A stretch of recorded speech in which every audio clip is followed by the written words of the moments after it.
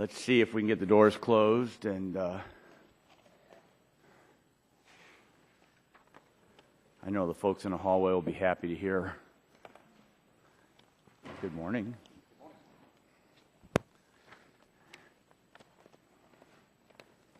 There we go. Thank you all for being punctual. Who knows when votes will occur? They're going to be earlier today, so we're going to try to get through as much as possible, and then we'll see where we go from there. The subcommittee will now come to order. I'd like to welcome all the members of the subcommittee to our first hearing in the 113th Congress.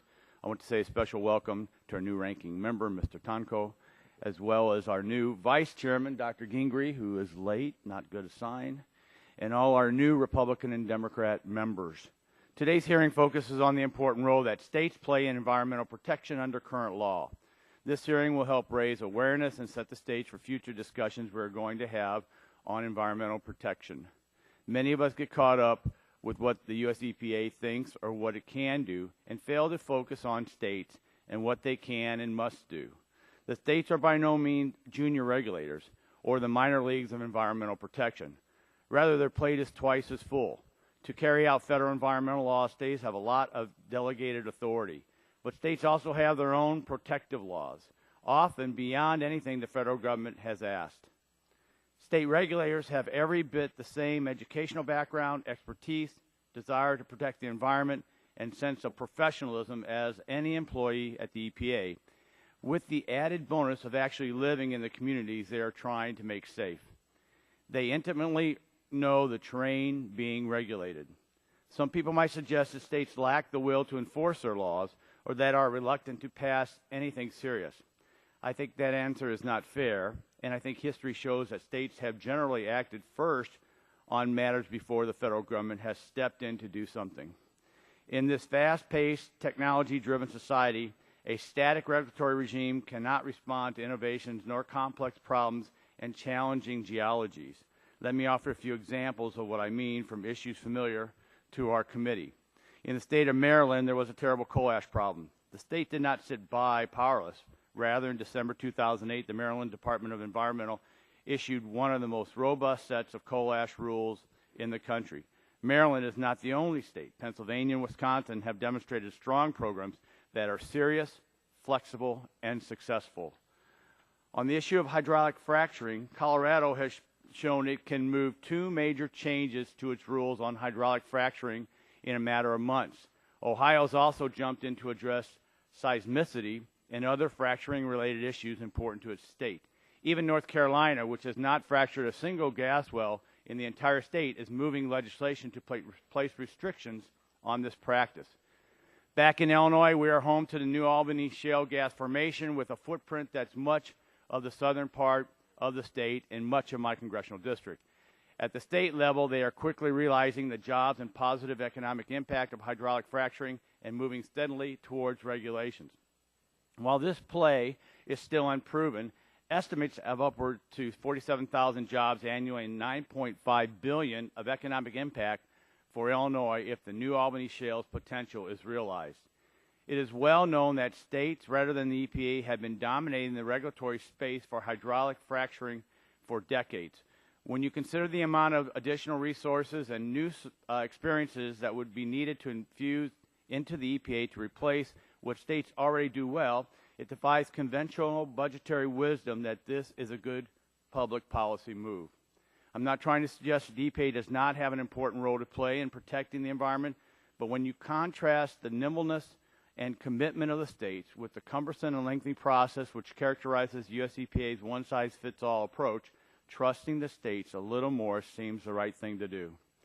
I know some of my colleagues here will dismiss these arguments and suggest coal and gas need even more regulation because they are quote-unquote dirty and we need cleaner fuels.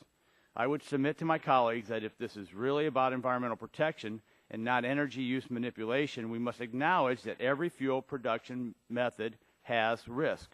On Monday, ABC News ran a story from the Associated Press about the negative environmental externalities with solar power. It read, "Fueled partly by billions in government incentives, the industry is creating millions of pounds of polluted sludge and contaminated water." Companies must transport it by truck or rail to waste facilities hundreds and in some cases thousands of miles away.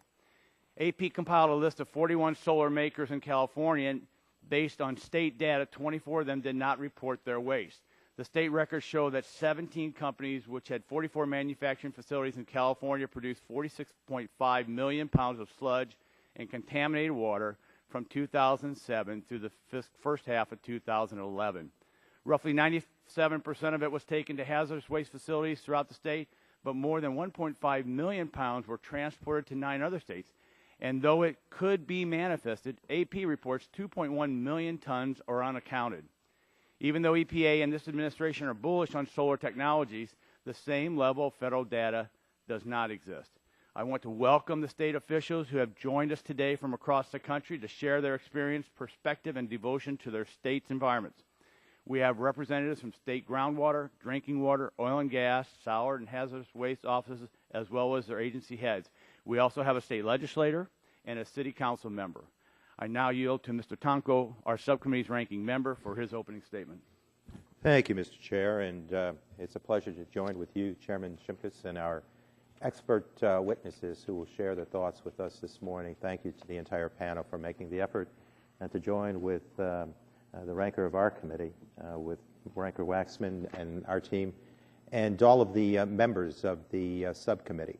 While we will not always be in agreement, I hope that we can find common ground to move this nation forward on important issues in the jurisdiction of this committee, this subcommittee.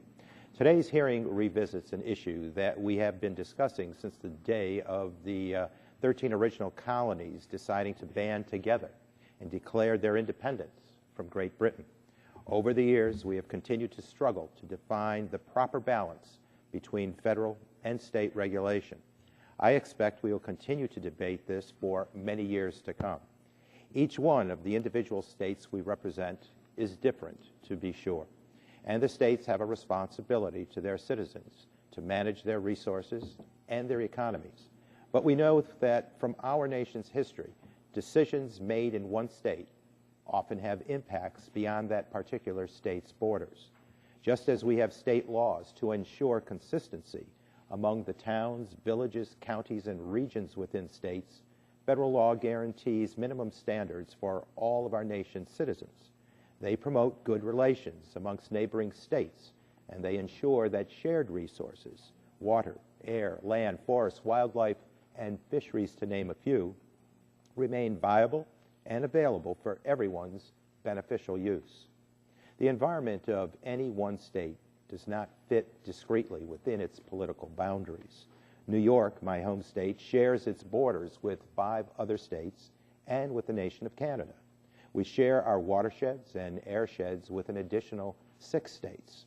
While New York has strong environmental protections, our environment is not only dependent upon how New York State manages its resources, it also depends upon the choices made by those other neighboring states in our region and by Canada. The system we have today was put in place largely as a result of the experience we had prior to the adoption of sound federal environmental laws. That experience was not good.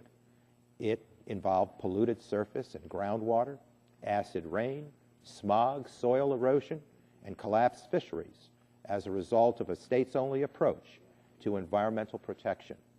Most of these environmental problems have been reduced significantly by federal laws implemented in cooperation with the states. I would also point out that we have accomplished these environmental success stories while our population and economy grew.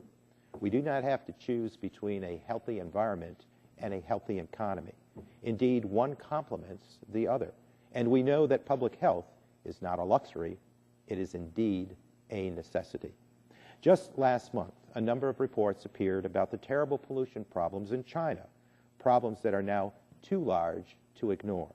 The result is increased hospitalizations and emergency shutdowns of some factories. The Chinese are discovering what we learned a long time ago. Unfettered industrial activity results in widespread, serious pollution that does indeed impact public health and the economy. Clean air, clean water, and healthy soils are fundamental building blocks of a sound economy and a healthy society. With creativity and willing partners in the private sector, we can do even better. We do not want to go backward. Forward is our only direction. Pollution prevention is always less costly than pollution cleanup. Our laws are not perfect, and their implementation is not perfect, but the public is well served by them, and we should be working to improve and strengthen them for the sake of public health and resource protection. Every citizen in this nation deserves to live in a community with clean air and clean water. Federal and state partnership in this effort has made this guarantee a reality and delivered real results. We should build on this success to address new challenges like climate change. Now is not the time to reverse course. I look forward to hearing from our witnesses, expert that they are, this morning. Thank you all for agreeing to appear before our subcommittee today. And again, thank you, Mr. Chairman. I look forward to working with you and our fellow committee members, subcommittee members. Thank you, Mr. Tomko, and I look forward to working with you, too. Now I'd like to yield to the chairman of the full committee, Mr. Upton, for 5 minutes. Well, thank you, Mr. Chairman. You know, we're eager to better understand the role of the states in conserving resources and protecting the health of their residents. And it's a special pleasure to see Hal Fitch, who manages Michigan's DEQ's Office of Oil, Gas, and Minerals. Welcome. Effective regulatory management of resource development is crucial. Excess restrictions cost jobs and revenue, but inadequate oversight and regulation could turn a state's residents against resource development. So we've got to strike the right regulatory balance. Most agree that for policy decisions to be fair, they have to be made at the appropriate level of government. But what's that level? It's the one closest to the people but still has enough authority to carry out the policy. If the decision affects only folks in Kalamazoo, it should be made by the Kalamazoo City Commission. If it also affects others in Michigan, it ought to be made by state officials. Only those policies that impact citizens from more than one state should be made by the federal government. Today's hearing gives us a chance to see environmental protection through the eyes of state officials. We're going to see firsthand that they, A, care about the environments in which they live and work, B, have professional experience and local expertise, C, seek the right balance between environmental protection and economic opportunity, and lastly, take seriously their legal obligations under both state and federal law. It's important to understand the important roles states play in protecting the environment, and that's what this hearing is about. And I yield to my friend, Mr. Barton. Thank you, Chairman. And I first want to put to bed the rumor that I would not attend an early morning hearing on a getaway day. Staff seemed to think that I wouldn't show up. I want the record to show the only two members here ahead of me were the subcommittee chairman and the ranking member. They were here when I arrived. So I can show up in the morning, although I will admit there have been times that I have not. I do appreciate this first hearing of this subcommittee being on this issue. I think we have a great panel of witnesses from around the country. When I was chairman of this committee back in 2005, we passed the Energy Policy Act, and in that we revised the Safe Drinking Water Act to state as follows: underground injection, to exclude the term in underground injection, the underground injection of fluids or propping agents pursuant to hydraulic fracturing operations related to oil, gas, or geothermal production activities. In other words, we said that the federal government could not regulate those. I think that's the best way to do it. In my home state of Texas, in my congressional district, there are over 16,000 producing wells that have been hydraulically fractured and horizontally drilled. In the largest county that I represent, Tarrant County, which is an urban suburban county, the number of mineral property owners went from 500 in the mid-1990s to today well over 100,000. This has been done without affecting the environment in any shape, form, or fashion other than the normal issues you have with noise and dust and trucks and things like that when you drill or have any kind of a commercial activity.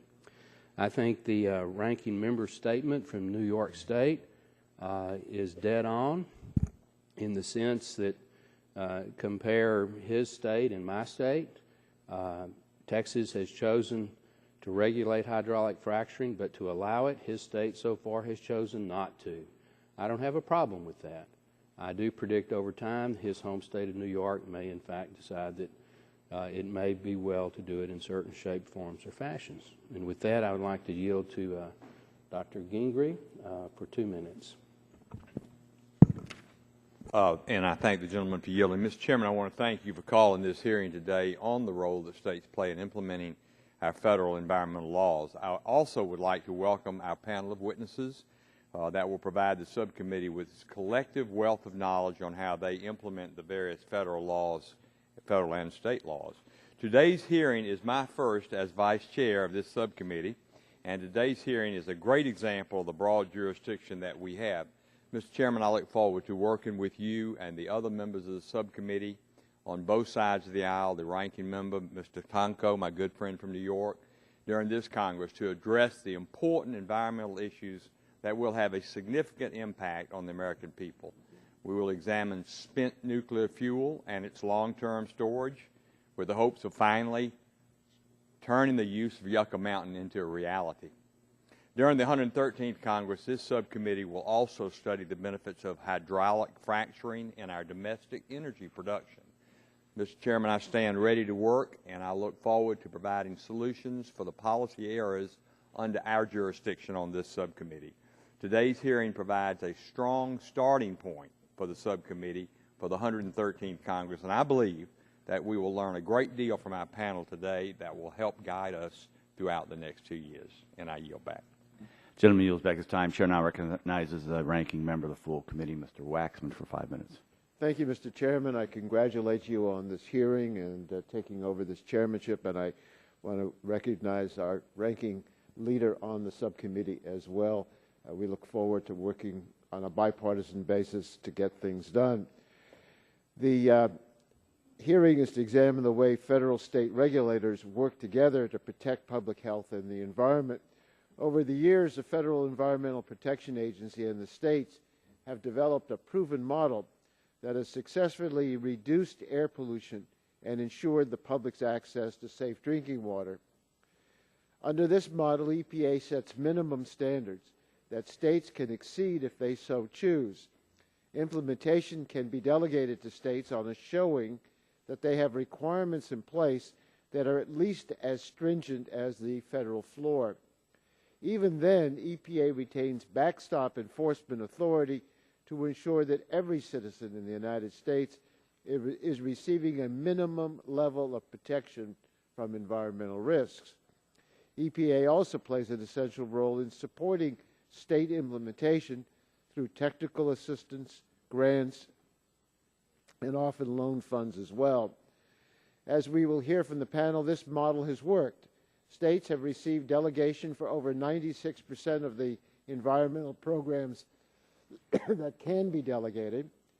This is an impressive track record, and even more so when you consider the fact that this approach has offered protection to American families from pollution that causes respiratory diseases, from contaminants in their drinking water, and from toxic environmental exposures that can cause cancers and other diseases.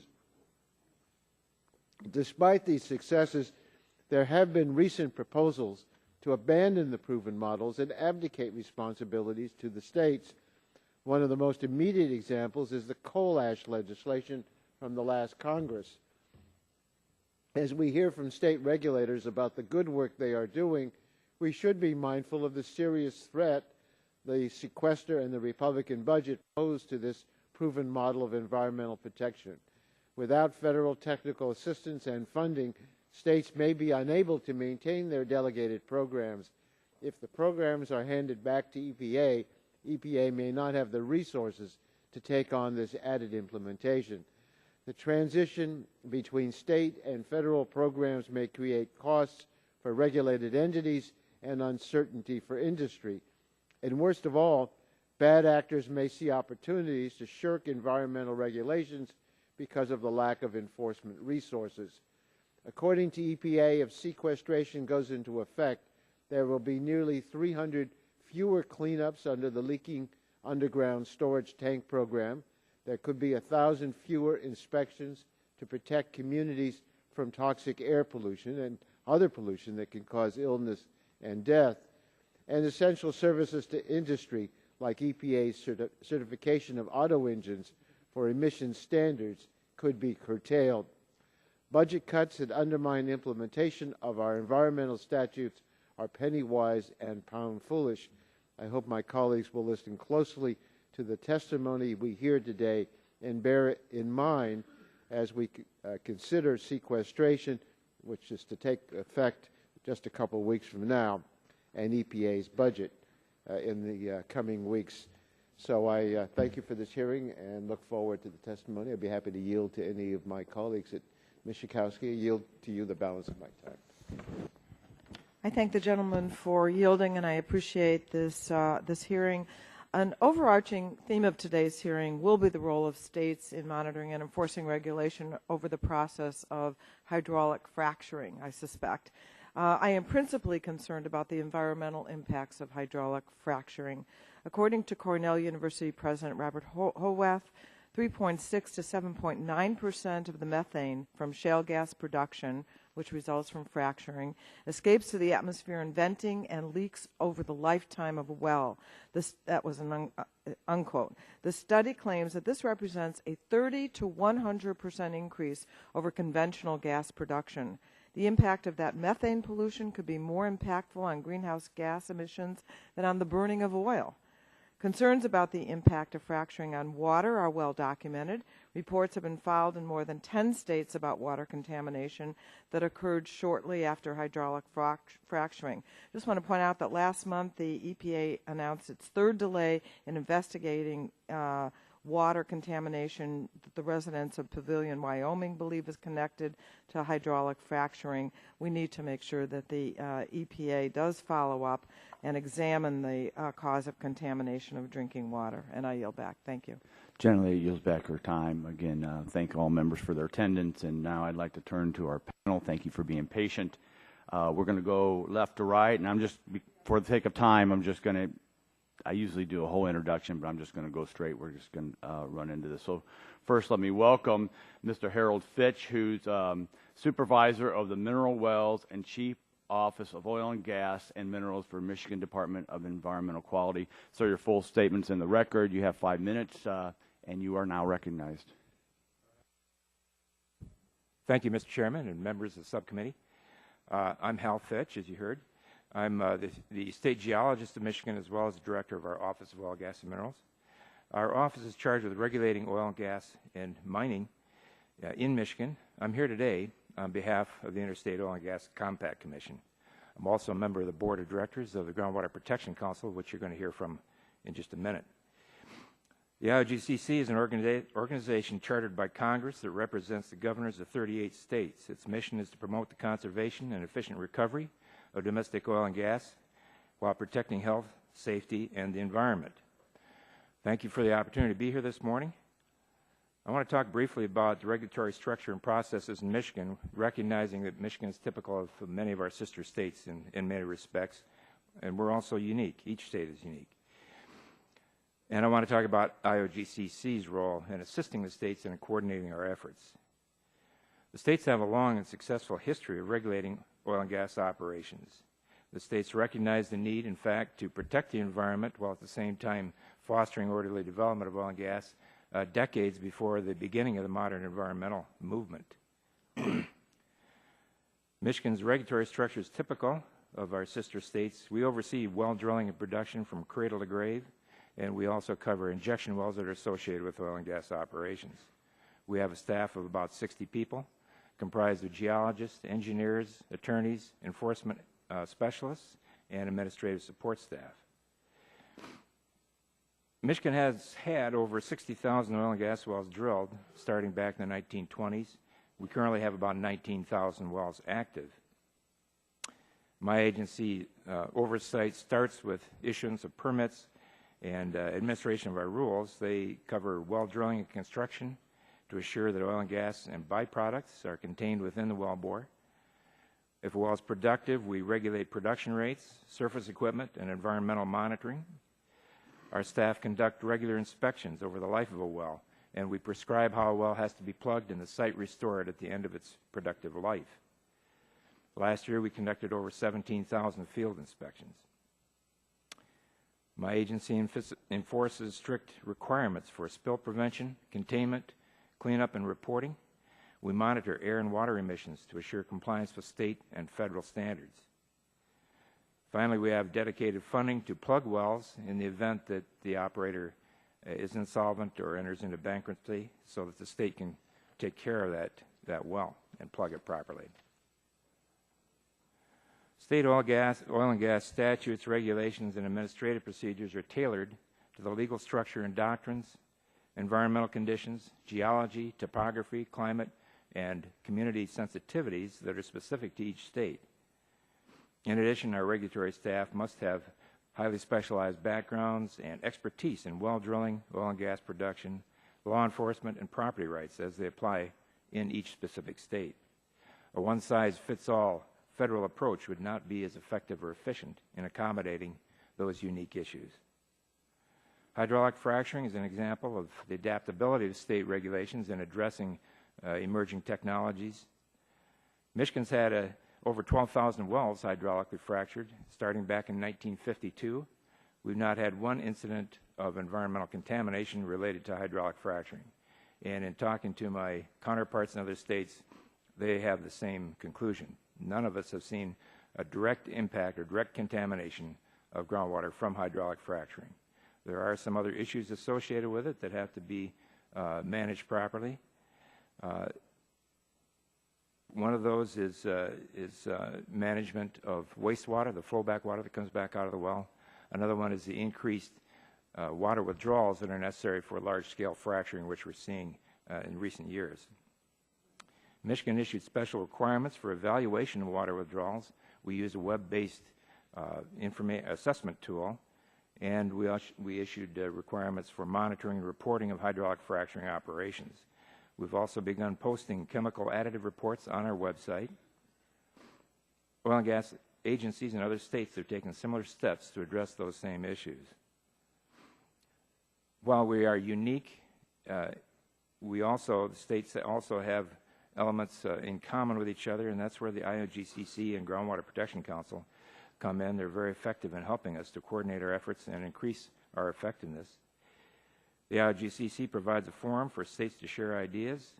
It has a training program, provides model statutes, coordination, and they have an inspector certification program. Groundwater Protection Council developed Frac Focus in cooperation with the IOGCC. It's a nationwide web-based registry for reporting of chemicals used in hydraulic fracturing. It's used by 10 states currently.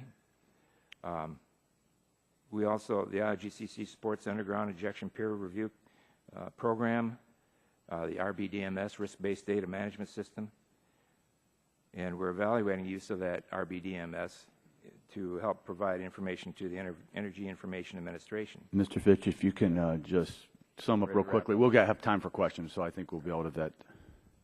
That's all I had to say. Thank you very much. Thank you. I'd like to turn to my colleague and friend, Diana DeGette from Colorado, to introduce our next member of the panel. Mr. Chairman, I'm really happy to welcome Matthew Lepore from Colorado. He's the director of the Colorado Oil and Gas Conservation Commission, relatively new to that post, and he's been very busy since he got there. We've had 2 rule changes, and he's working hard to implement all of the rules. Colorado has a really innovative way that we are trying to grapple with this new oil and gas development, particularly hydraulic fracturing. The Oil and Gas Commission has been working with a coalition that includes environmentalists as well as the industry. While I don't always agree 100% with all the rules they're promulgating, I think they're working hard, and I think he's a great witness to the high standard that some states like Colorado, of course, as always have. So thank you for coming, Mr. Lepore. We're looking forward to hearing your testimony. Thank you very much, Mr. Chairman. Thank you very much, Ms. DeGette. I appreciate that a great deal. I am pleased to be here to provide our perspective on how the state of Colorado regulates oil and gas exploration and production to develop our important indigenous resources responsibly and in a manner that protects our environmental resources. I am here today on behalf of both the state of Colorado and the Groundwater Protection Council. The Groundwater Protection Council was formed in 1983. It has 43 member states, and its purpose is to, its members include organizations of environmental underground injection control, source water, groundwater, and oil and gas regulatory agencies. GWPC promotes the use of best practices and fair but effective laws regarding comprehensive groundwater protection. Among many other projects intended to protect groundwater, GWPC, in conjunction with the Interstate Oil and Gas Compact Commission, manages Frac Focus, the National Hydraulic Fracturing Chemical Registry, which I will discuss in greater detail below. Colorado has a very long history of oil and gas production. Our first well was drilled in 1862. It was one of the first wells in the country. Today we have 50,265 active oil and gas wells. We add about 2,000 a year and will continue to do so for the foreseeable future. In 2012, we produced a record-breaking, for Colorado, 47 million barrels of oil. At the same time, we have a thriving resort and tourist economy. Our rugged mountains, clear streams, and abundant wildlife are an essential part of our heritage. I would like to focus for just a minute or two on some of the rules that Colorado has adopted, specifically in the last 15 months. Starting in December 2011, Colorado adopted the most progressive frac fluid chemical disclosure rule in the country up to that time. It requires operators to disclose all of the chemicals used in their frac fluid. All those chemicals are posted on Frac Focus and are available for public review. Colorado's rule has been imitated by several states, including Pennsylvania, Ohio, and Tennessee, and much of BLM's proposed regulation looks to Colorado for a model.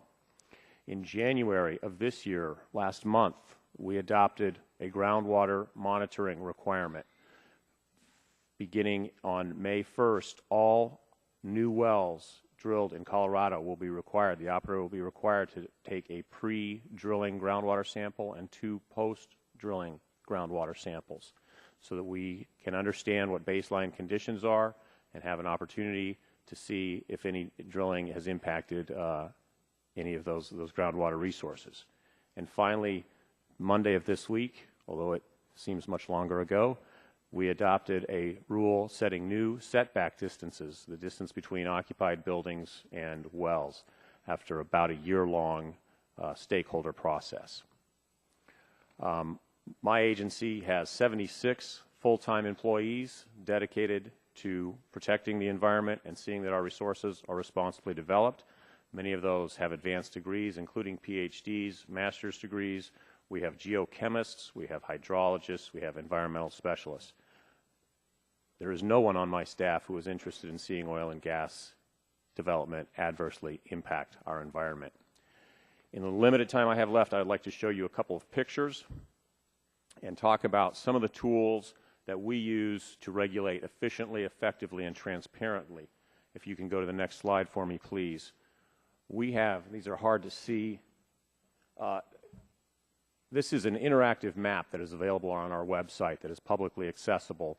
This map has 125 layers of information. What you are looking at there is a picture of Weld County, Colorado, and all of the wells in that particular section. You click on any one of those links, you will find out everything you want to know about that well, when it was drilled, how deep it's drilled, how it was completed, how much production there has been, whether there's been an inspection, a violation, and enforcement action. If I could have the next slide, please.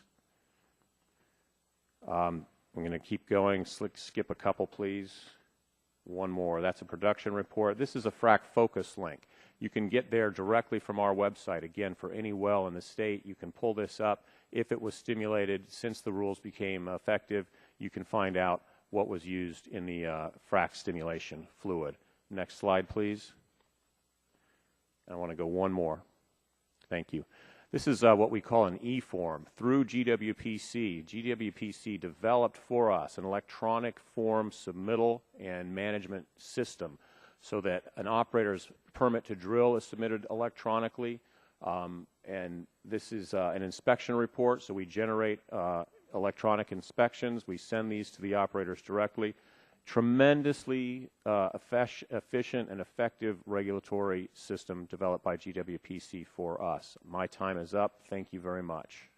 And I thank you. One of the things we did do in the last Congress, do an e-manifest issue, which I think was a bipartisan bill that actually passed Congress, signed into law, so we appreciate that. Now, representing the Association of State Drinking Water Administrators, Ms. Sarah Pillsbury, who is the Administrator, Drinking Water and Groundwater Bureau of New Hampshire's Department of Environmental Sciences. Ma'am, welcome. You're recognized for 5 minutes. Great, thank you. Great. And I don't have any pictures, but every once in a while I'll hold this up just to remind everybody how important public drinking water is. So I thank you very much for this opportunity to testify. I represent the Association of State Drinking Water Administrators. I'm the current president, and our members include the 50 states, the District of Columbia, 5 territories in the Navajo Nation. State drinking water programs are fully committed to their public health mission. States recognize that the health and well-being of their citizens and communities are dependent on receiving safe and reliable drinking water. It's important to remember that the state drinking water program personnel live and work in the communities served by the programs they administer. It's personal to us. State personnel are highly qualified to implement the public drinking water programs. They fully understand the multifaceted nature of the challenges they face and what's needed to protect the sources of drinking water, adequately treat those sources, and get good water to the tap. Our work is especially challenging in light of extremely constrained resources for the state drinking water programs. State personnel also have the on-the-ground knowledge about how to best tailor federal programs to states' needs and conditions. In brief, the key role of the state drinking water programs are to inform water systems of what the requirements are, make sure they have the capabilities to implement those requirements and comply, and then giving ongoing oversight to ensure that that compliance continues over time. Turning to the EPA-state partnership, we believe it should be, and currently is, one of mutual respect that allows each partner to do what they do best. For EPA, this involves establishing overarching national requirements along with needed tools and information. States believe that the federal requirements need to be based upon state input so that implementation is both possible and practical. For states, this partnership entails implementing federal requirements in a manner consistent with local conditions and realities. 2 recent examples of where this partnering has really led to great results. The first is the Total Coliform Rule, the revised Total Coliform Rule, and the second is the agency's decision to allow electronic distribution of our consumer confidence reports. To appreciate the challenge of ensuring compliance with the Safe Drinking Water Act, it's important to understand the universe of water systems that the Act covers, from restaurants to manufactured housing parks to America's largest cities. While most Americans receive their water from large community water systems, most of the 53,000 community water systems serve less than 3,300 people. In my state of New Hampshire, of the 700 community water systems, 82% of those serve less than 500 people, and those systems have to meet basically the same requirement as my largest city. So states must employ strategies for addressing systems of all sizes and capabilities. In addition, states are challenged by complex regulations, many of which are risk-based and system-specific. That's really a good thing in terms of the water that gets delivered, but it can be challenging to implement. Finally, we are challenged by an ever-increasing number of emerging contaminants and the need to work with our partners on protecting the sources of drinking water.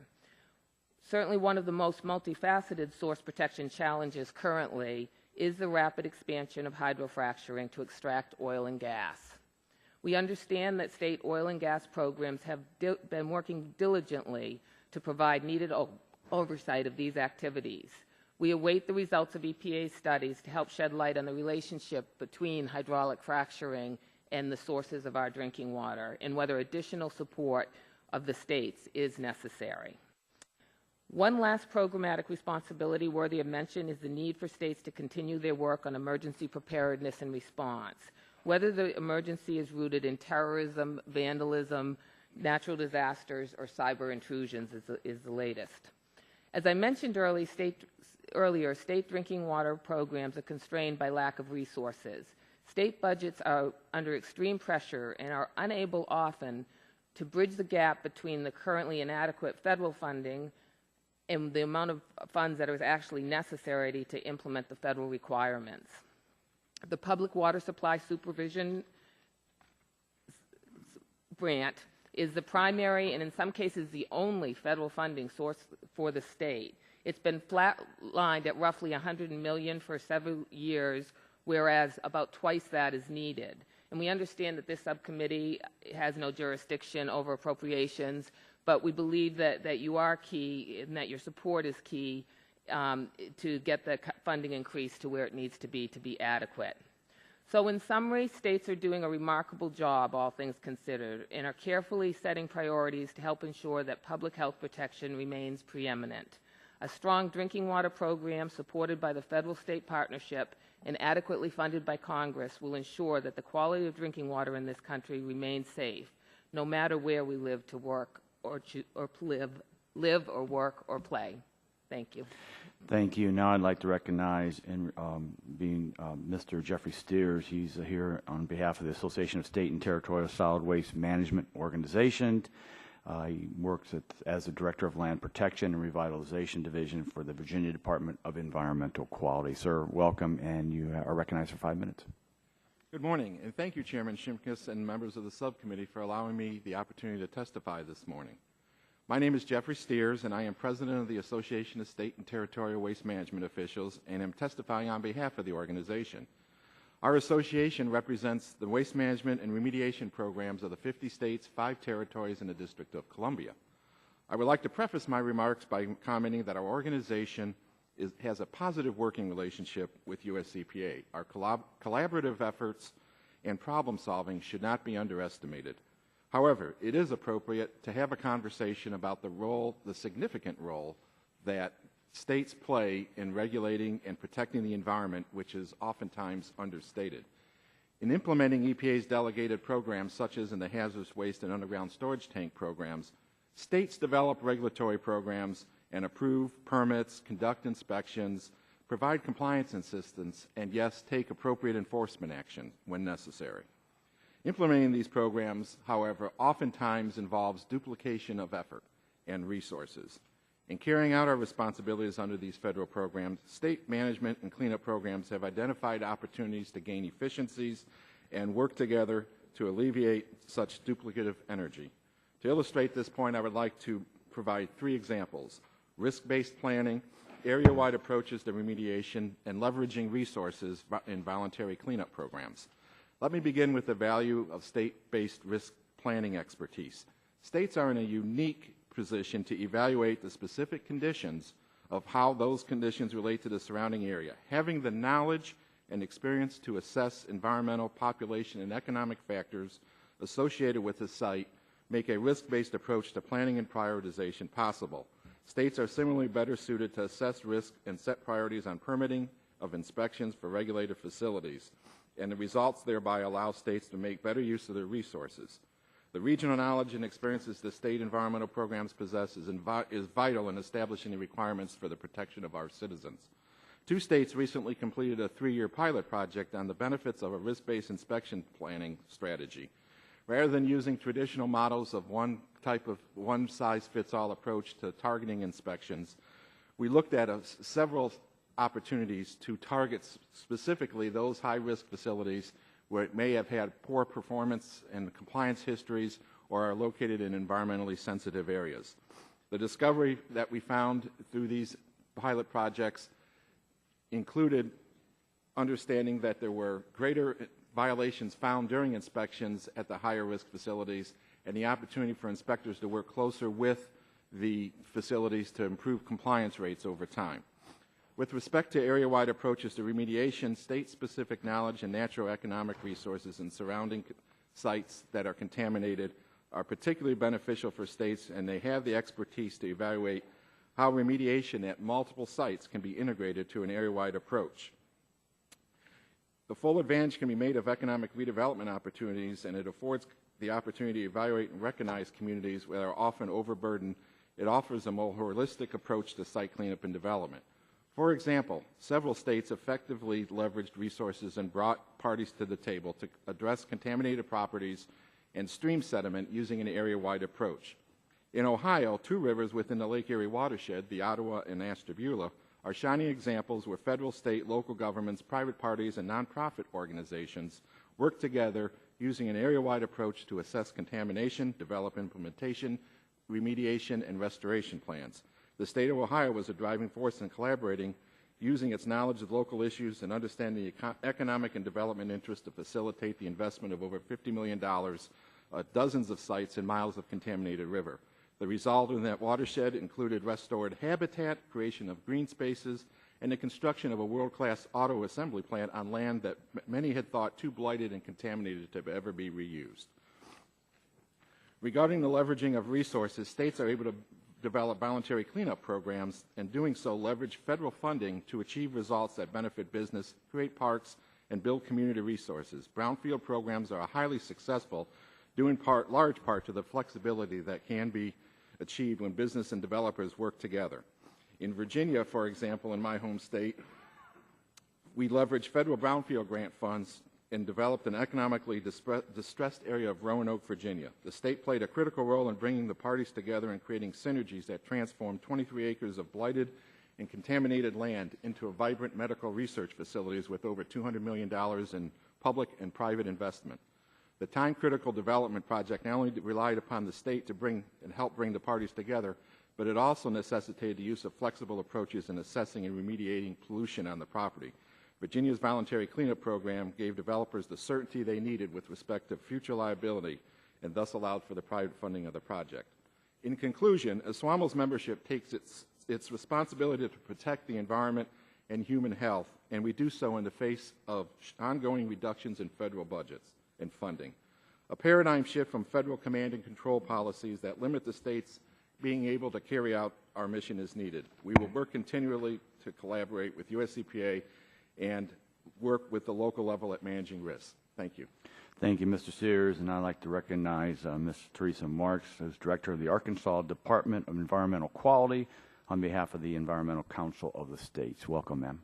Thank you, Mr. Chairman and members of the committee. Thank you for inviting me here today to discuss the role of state environmental agencies in protecting our nation's environment.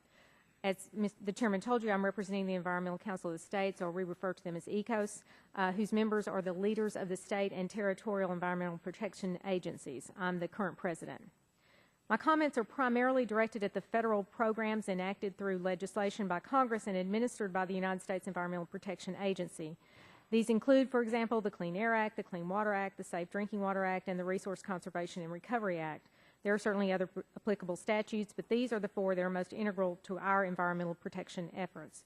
EPA and the states each play a complementary role in administering these laws. In general, EPA has oversight and rule issuance authority, while the states implement the day-to-day activities needed to ensure the programs are carried out on the local level. States obtain the authority to implement the federal programs from EPA through a delegation process. Delegation occurs once for each program and is updated as new rules are issued or changed. Nearly every state has taken delegation of nearly every such federal program. As of 2013, ECOS and EPA agree that 100% of the Clean Air Act programs are delegated. All but 1 state has the Safe Drinking Water program. All but 2 have the RCRA, or the Hazardous Waste program. There are still 4 states that do not have delegation for the Clean Water Act discharge permitting program. You can see that the states assumed operation of a federal environmental program in 193 out of the possible 200 cases, or 96.5% of the time. While operating these programs, the state agencies issue permits, conduct inspections, monitor pollutants, conduct enforcement, and work on many other related matters such as setting standards for watersheds. States conduct about 96% of the inspections at regulated facilities. Pursuant to ECOS data, when violations are found, states conduct about 90% of the enforcement cases. States are the source of about 94% of the data found in EPA's 6 biggest air, water, and waste databases. The states also review and issue nearly all of the water, air, and waste permits across the nation. The state's implementation of the delegated programs provides benefits to government, the regulated community, and our citizens. States pay for the majority of the cost of operating these delegated programs, thereby saving the federal government millions of dollars. ECOS has no firm estimates of the cost to the federal government if it were to operate these programs, but we are confident it would be significantly greater than the current EPA budget. The operation of the environmental programs by the states also provide for a more efficient and effective regulation of environmental issues in that the states are more familiar with their regulated industries and they are located geographically closer to them, thereby providing more timely compliance assistance and response to citizen concerns and complaints.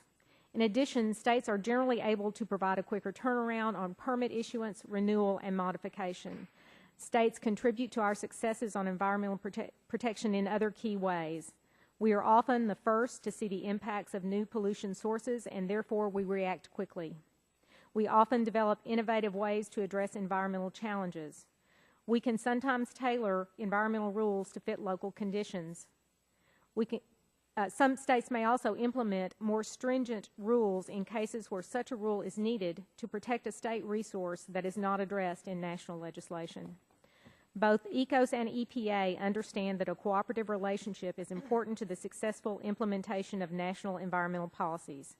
States are co-regulators with EPA, and in addition to implementing the federal laws, they also implement their own state laws. While states and EPA agree on how to address most matters, our different roles mean that sometimes states and EPA see our mutual challenges somewhat differently. Sometimes these views are driven by concerns that more is being asked of the states without the provision of new resources. Sometimes state may think an EPA-issued rule or policy would result in a fundamental shift in the state-federal relationship. We usually work through these differences in a professional manner, and we are usually successful in resolving them. As mentioned previously, state environmental agencies are co-regulators with the U.S. Environmental Protection Agency. Both agencies are key to our joint mission to protect human health and the environment. I hope I have given you the information you need to understand how vital the state role is and how much we as states contribute to this joint mission. Thank you very much, ma'am. And now I'd like to recognize, on behalf of the National Caucus of Environmental Legislators, the Honorable Pricey Harrison. She's from the North Carolina House of Representatives. Ma'am, welcome. You're recognized for 5 minutes. Thank you, Mr. Chairman, and members of the committee for the opportunity to speak to you today. I'm Pricey Harrison, serving in my 5th term in the North Carolina House. I'm also here as a representative of the National Caucus of Environmental Legislators. I'm on their board of directors. It's an organization of 850 environmentally progressive legislators from around the country. It's a bipartisan organization. On the topic of today's hearing regarding the state's role in protecting the environment under current law, I think most of us agree that the states play an important role. My own state of North Carolina has had a tradition of environmental leadership and passed landmark legislation in 2002 called the Clean Smokestack Act that established an ambitious timetable for reducing emissions from our coal-fired power plants. It allowed our utilities to stagger costs of pollution control technologies over a longer period while keeping state rates low and providing significant health benefits. But the states can't do it alone. One only has to think back to the Cuyahoga River on fire and cities cloaked in smog as evidence of the inability of some states to protect the public health and environment of their citizens. It was during that time in 1970 that the National Environmental Policy Act was passed and the EPA was established with overwhelming bipartisan support. Other environmental measures were also enacted, such as the Clean Water Act, the Clean Air Act, and the Safe Drinking Water Act. I think Congress recognized the importance of a federal role in providing a backstop of protection, especially in cases where states are incapable, unable, or unwilling to act to protect the public health and the environment. And as Congressman Tonka pointed out, we know pollution doesn't observe political boundaries, and we are all downwind or downstream from pollution sources. My testimony focuses on 2 areas where our state needs help from the EPA and other federal agencies, and that's coal ash and hydraulic fracturing. North Carolina ranks 10th in the country in coal ash production. We have more high-hazard pines than any other state. Yet we have a complete absence of state regulations for safe disposal or containment of this sometimes toxic product. We have no liner requirements for our ponds, no closure, siting, or structural stability requirements, no reporting requirements, no emergency action plans, no plans for dealing with legacy ponds, despite the fact that several coal-fired power plants are converting to cleaner burning natural gas. Our lax regulation of coal ash has resulted in seepage and exceedances of a variety of toxins, from arsenic to selenium to boron to cadmium, and the list goes on. I wish we were more like Maryland. I have tried for years since the Kingston spill brought attention to the issue in our state to enact legislation for safer regulation of coal ash, and haven't been able to even get a hearing, and that includes when my party was in charge of state government. I think that speaks in part to the enormous influence of the regulated industries at the state legislatures, both through their lobbies and campaign support. I think we're more vulnerable to those pressures and less equipped to deal with them and the complexities in many of these complicated environmental issues. Regarding fracking, we're in a similar position. We have had very little history of extractive industries in our state, and prior to last summer, fracking was prohibited. But we've rushed to permit fracking and established a Mining and Energy Commission charged them with establishing rules over the next 18 months. But our agencies are ill-equipped to do the work needed to properly regulate and enforce national gas drilling, and strong federal oversight is needed. It's a problem for us that the industry is exempted from so many federal protections. We've had a significant change of leadership in our state in the past 2 years, and they seem to be seized with an enthusiasm for deregulation. We've undertaken a number of measures to weaken environmental protections. Legislation, and there's a chart included in your handouts, and I'm sorry I don't have a slide, but this is what rulemaking is like in North Carolina now for environmental and public health regulations. That legislation contained language which is significant, which prevents any state regulations from being stronger than any federal standard. And that means we're completely dependent on the federal government for setting standards to protect our public health and our environment. Last week, the Senate passed legislation that wipes out the membership of many of our environmental commissions, as well as our Utilities Commission, and removes conflict of interest restraints and designated seats for special and diverse knowledge and experience. We've also had legislation that will sunset all rules in our administrative code, and they will have to be rejustified to be reenacted. Budget issues have been challenging in North Carolina as well. We've slashed our Department of Environment's budget by 40% off of 2005-06 levels, and our state's not alone in this trend. So I'm here today to plead with you to let the EPA do its job. Our state is not unique in its inability or intransigence to protect the public health and environment of its citizens from issues relating to coal ash and fracking.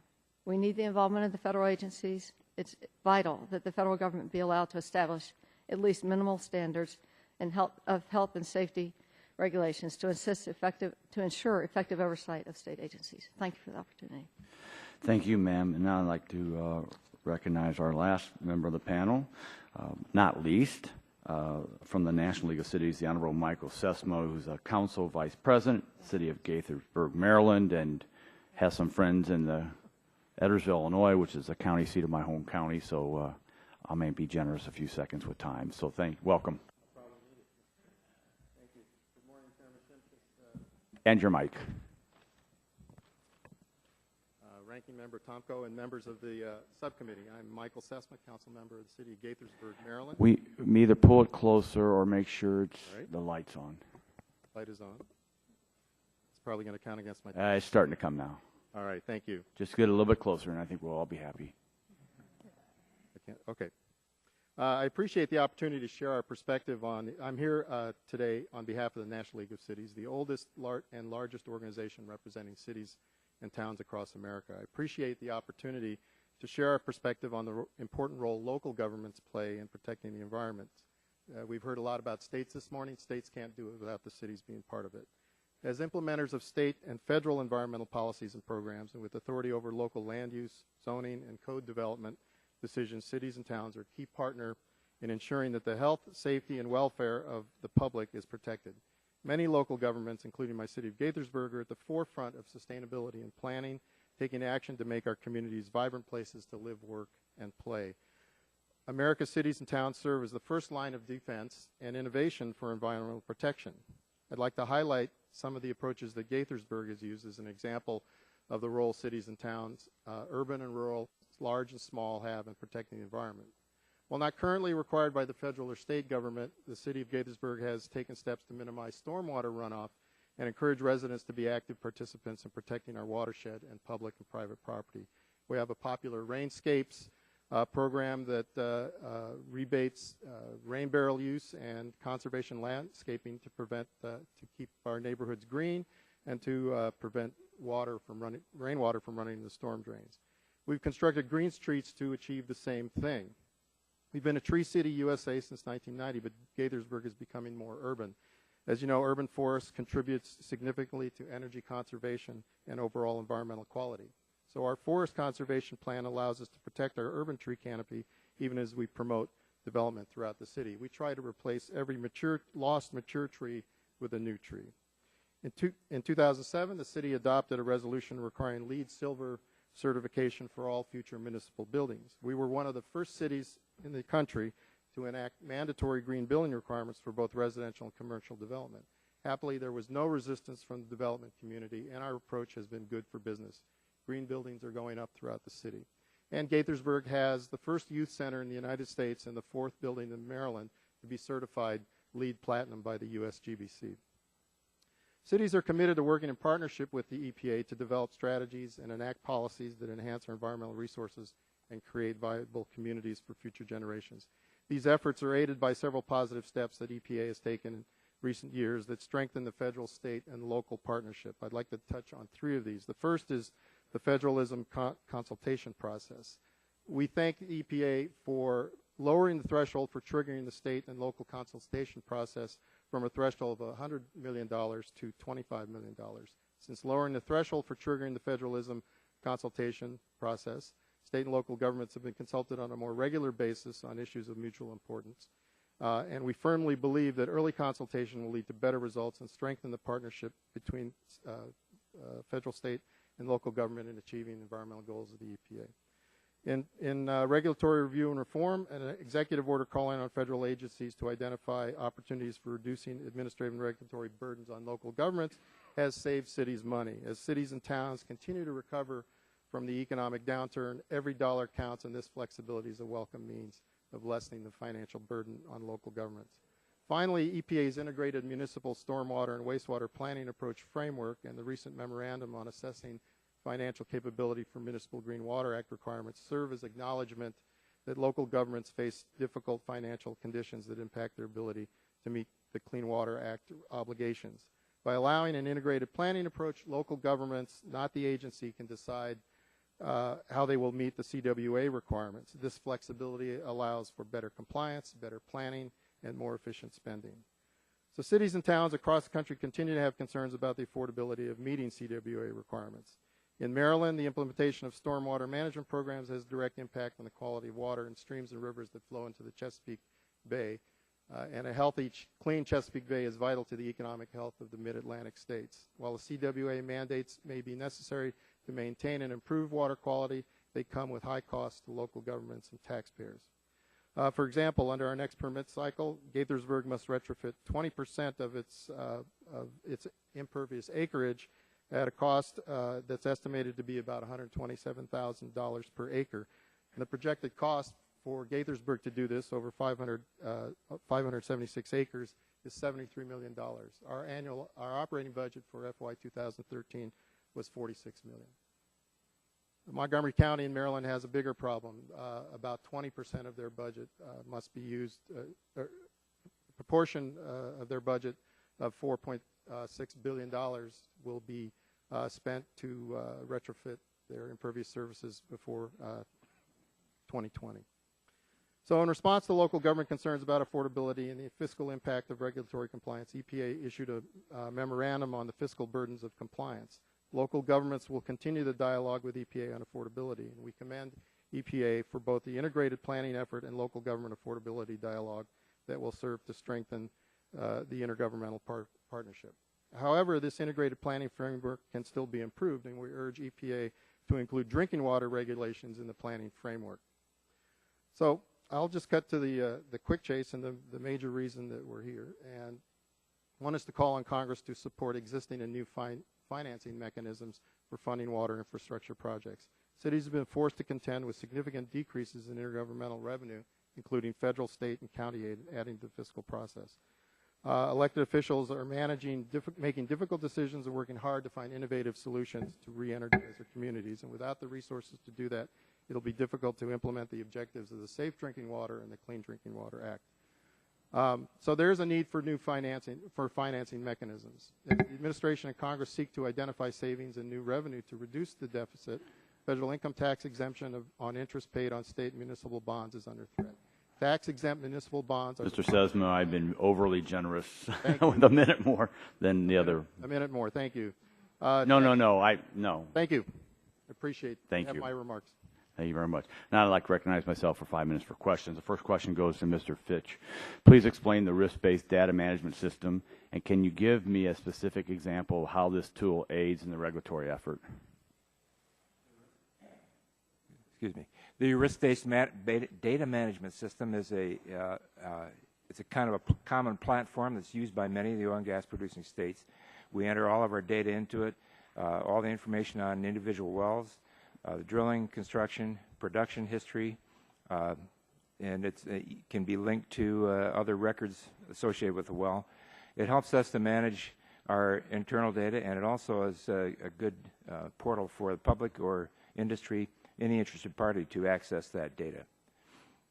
Thank you. And Mr. Lepore, how does the risk-based data management system help you manage the delicate balance between water and energy?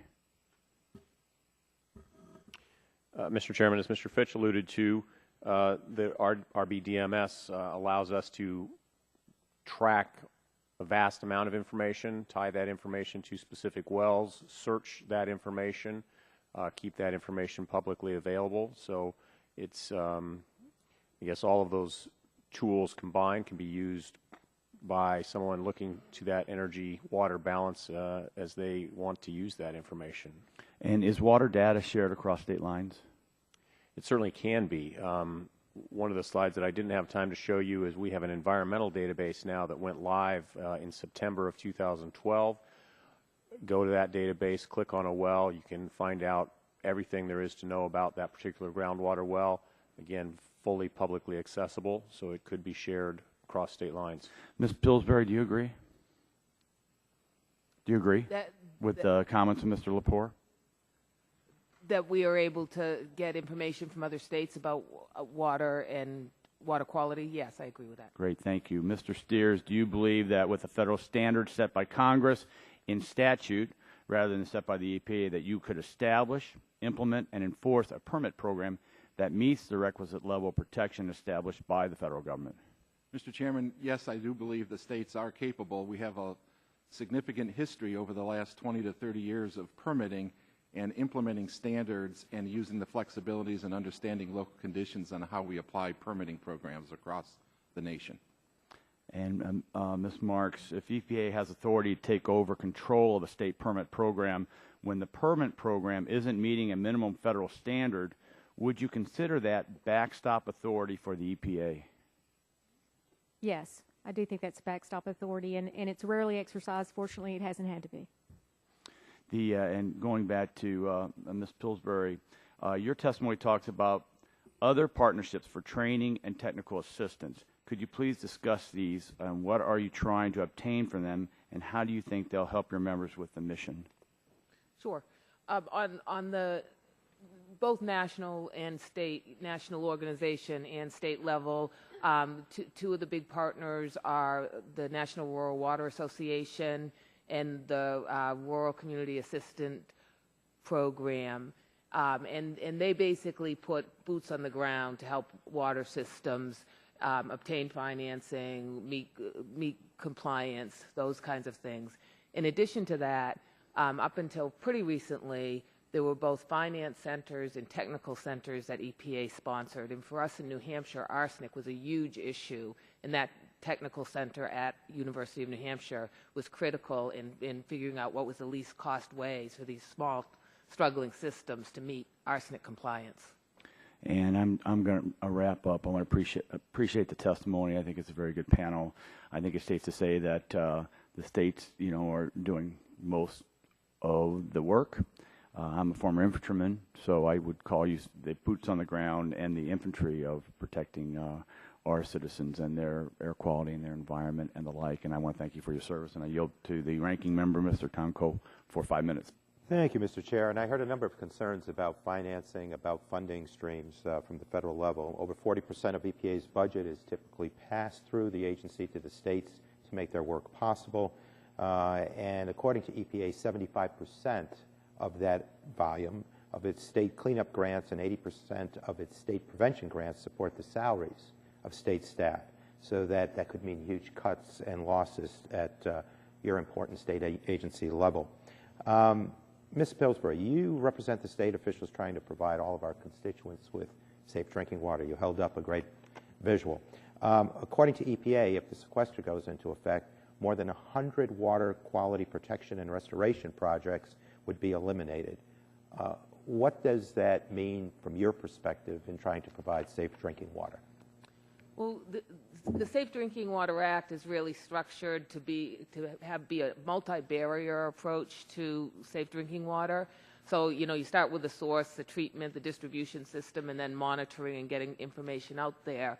That source piece of it, making sure that the water is clean to begin with, is really critical. Trying to treat it at the public water systems is very difficult, sometimes impossible, oftentimes very expensive.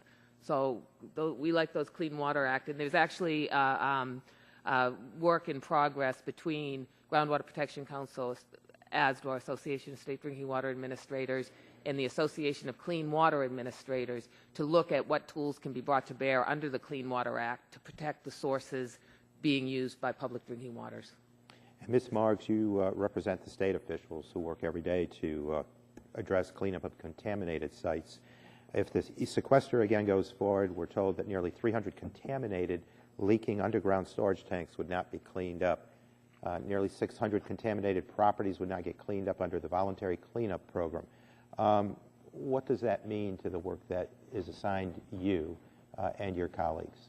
Well, the federal dollars that come in to do cleanups are absolutely vital, and it would be devastating to our programs to lose that assistance. Certainly the states provide a certain amount of that funding, but the federal funding is actually integral to getting those sites cleaned up. And Ms. Harrison, as a state legislator, you have to deal with state budgetary issues every year. I served for 25 years in state government in New York.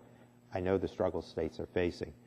Are the states prepared to step in and make up for any loss of funding if that should be the result here from Washington? The short answer is no, sir. I think we've made significant cuts to our department budgets already, and we've actually replaced a lot of the state funding with federal funding and moved positions into federally funded positions. So I think any cuts would be devastating to our ability to protect the public health of our citizens. And Mayor Sesma, you represent cities across the country. Can our cities absorb these costs if federal funding is cut significantly? And what plans would perhaps states make to respond to the shortfall? Intergovernmental revenue from state and federal governments have caused other stresses on local budgets. It either means an increase in local taxes or an increase in fees or new fees, or projects don't get done, or they don't even get planned. So one of the big asks of the NLC is to continue to support the financing mechanisms that exist and ask the federal government, Congress, to consider new or additional creative mechanisms that allow us to begin to deal with this infrastructure, not just the new infrastructure, but maintaining an existing infrastructure that's becoming obsolete and inefficient. Thank you. It becomes clear to me that this panel is working hard every day to implement our environmental laws and doing a commendable job, but sequestration is an imminent threat. If these important programs survive sequestration, the budget here, Ryan budget, threatens to cut federal funding even more drastically. One of today's witnesses has suggested that the members of this subcommittee write to the Appropriations Committee and urge them to ensure adequate funding for these programs. I think that's a great idea, and I'd like to pledge to work with our outstanding chair to convey that message to the appropriators. I hope that we can work together and make sure that we don't sacrifice public health and environment with ill-considered budget cuts. So thank you for your advocacy and your advice. Gentleman yields back his time. Chair now recognizes the Vice Chairman of the subcommittee, Mr. Gingrey, for 5 minutes.